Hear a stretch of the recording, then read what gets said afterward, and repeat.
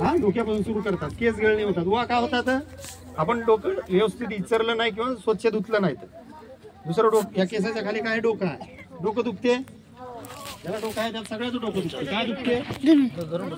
हा जास्त तुम्ही ताण घेतला की ताण केव्हा येते? आपण रोजचा अभ्यास नाही केला, त्या अभ्यासाचा कथा एक तयार होते, मग त्याचा ताण येते.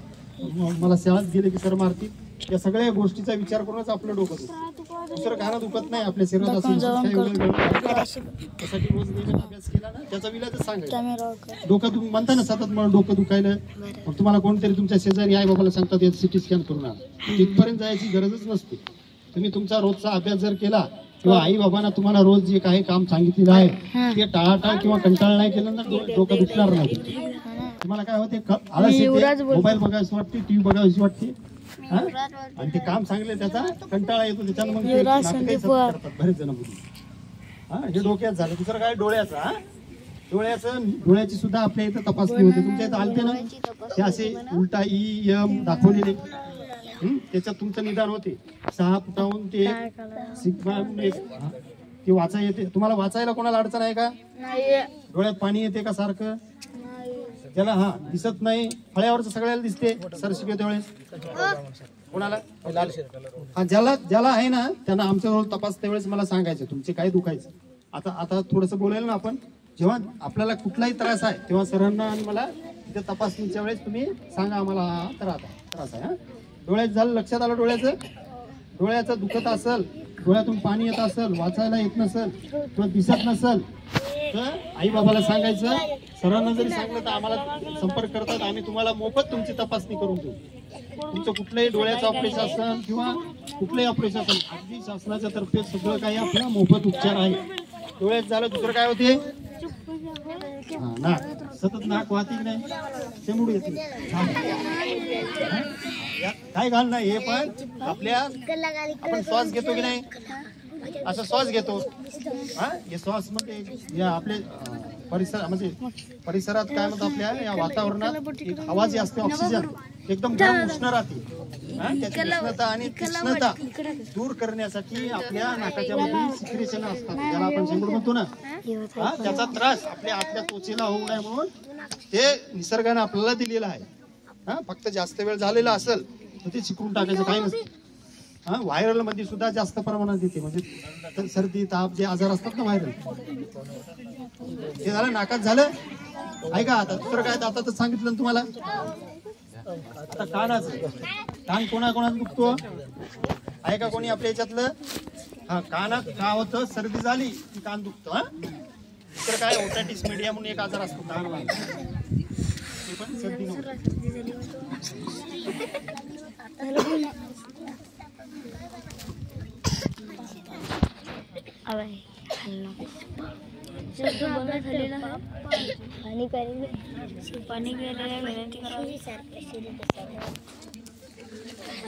कानाचं लक्षात आलंय तुम्हाला?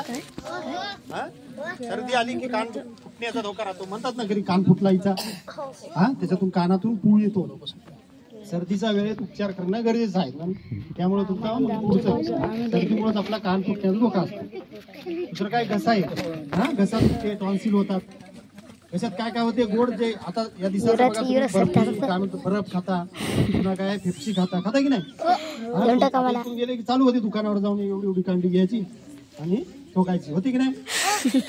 हे काय स्वच्छ नसते पाणी, कुठलं हायजीन मेंटेन करत नाही. त्यांना तुमचा घसा खवखव होऊ शकते. आतमध्ये टॉन्सिल असतात, टॉन्सिल सुद्धा आवश्यक असतात. बरेच लेकराचं ऑपरेशन करावं लागते, ते काढायची गरज नाही. तुम्ही फक्त बाहेरचं खायचं नाही, तुम्ही घरी तुमच्या चांगलं आईनं करून दिलं असेल तर या दिवसाचं तुम्ही खाऊ शकता. या दिवसाचं एकदम आता घरी गेलं की डायरेक्ट आपणही ध्यानात ठेवा, डायरेक्ट बरफ म्हणतं थंड पाणी पियाचं नाही. पुन्हा तुम्ही गेलं ना बरफचं म्हणा किंवा फ्रीजचं पाणी पियाचं नाही. याला काय होते, डिहायड्रेशन होते.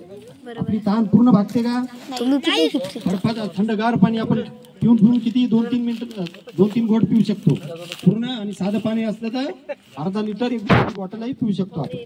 त्यासाठी थंड पाणी एकदम पियाचं नाही बाहेरून गेलं की, फ्रीजचं पाणी. दुसरं काय झालं, बाकी इथलं छातीचं जे काय आपल्या याच्यात बऱ्याच मुलांना चाललं की किंवा धावलं की धाप लागते. असं कोणी असेल ना तर आम्हाला कळवा. हा? हा? आता दुसरं काय होतं, एक पोटाचं. आता तुम्हाला जंताच्या गोळ्या दिल्या यावर्षी?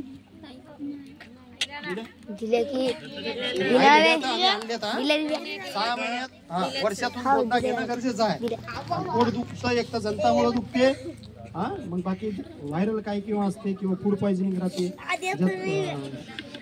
लूज मोशन आणि उलटी सुद्धा होते. हे तर काही काळापुरतं राहते.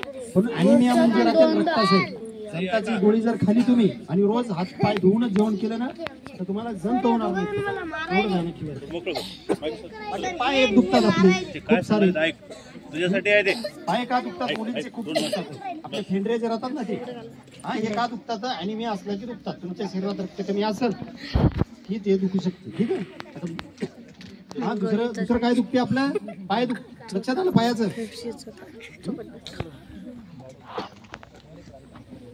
गरम टाक जरा. गरम टाक झाला असेल.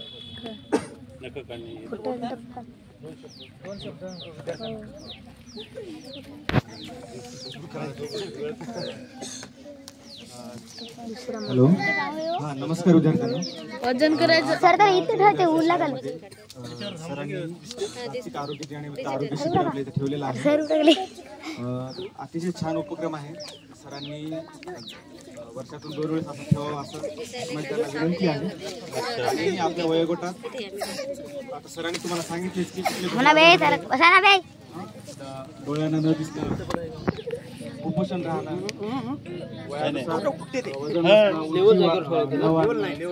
किंवा आपण अभ्यास केलाय ते लक्षात नाही राहणं, सगळ्यात महत्वाचं कारण आहे की रक्तक्षय असणं. कारण की आपला भारत जो आहे 50% अॅनिमिक आहे. त्यात महिला असतील, बालक असतील, माता असतील किंवा मोठे माणसं देखील असतील. तर कसं आहे, काय खावं आणि काय खाऊ नये आपल्याला तेवढं माहित नाही. त्यामुळे रक्ताचं प्रमाण आपल्या शरीरामध्ये कमी होतं. रक्तक्षय हा सर्वांनाच आजार आहे. त्यामुळे काय होतं, तुमची उंची वाढत नाही, तुमचं वजन वाढत नाही आणि परत तुम्ही आजारी पडता. मग विकनेस असल्यामुळे असे चक्र चालूच राहतं. त्यामुळे पहिलं स्टार्टिंगला पहिली वेळेस टीम आणि सर्व आम्ही तपासणी करू आणि नक्कीच अशा आशा सर ठेवतीलच वर्षातून 2 वेळेस हा कार्यक्रम. आणि नक्की तुम्ही पण काळजी घ्याल अशी आशा करतो आणि थांबतो.